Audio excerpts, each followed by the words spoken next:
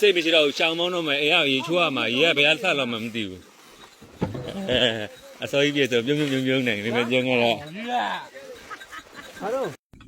ကဲဟိုနဲ့စားပြီးဆိုတော့နေ့လေးစားဖို့ပြင်ဆင်ကြပြီပေါ့နော်မဲသားဟင်းမြစ်ချက်ပြီးတော့ဘာလို့ချင်မောင်ချက်ဒါတော့မဲသားမစားတဲ့သူအတွက်ငချောက်တော့ပေါ့နော်မိကပြပြောလို့ပြောလိုက်မယ်အဆက်ဖို့မဟုတ်ဘူးနော်လက်ဖို့ဒီမှာတဘာဝကိုခြေခံထားတယ်တော်များတလေးဝဲပြောမွေဝဲဆိုတာရဲ့အဲ့ဒါပါလေလွမ်းစရာရဲ့ရှုံမြောင်တန်းစိန်ဆန်းတွေကတချင်းကလေအဲ့လိုမျိုးပဲတခါလေးကြာရင်ဟိုစကားတစ်ခုပြောဖို့ဆိုရင်လေရှေ့စကားနဲ့နောက်စကားနဲ့မညီရနဲ့ပေါ့လေဘယ်သူမှကို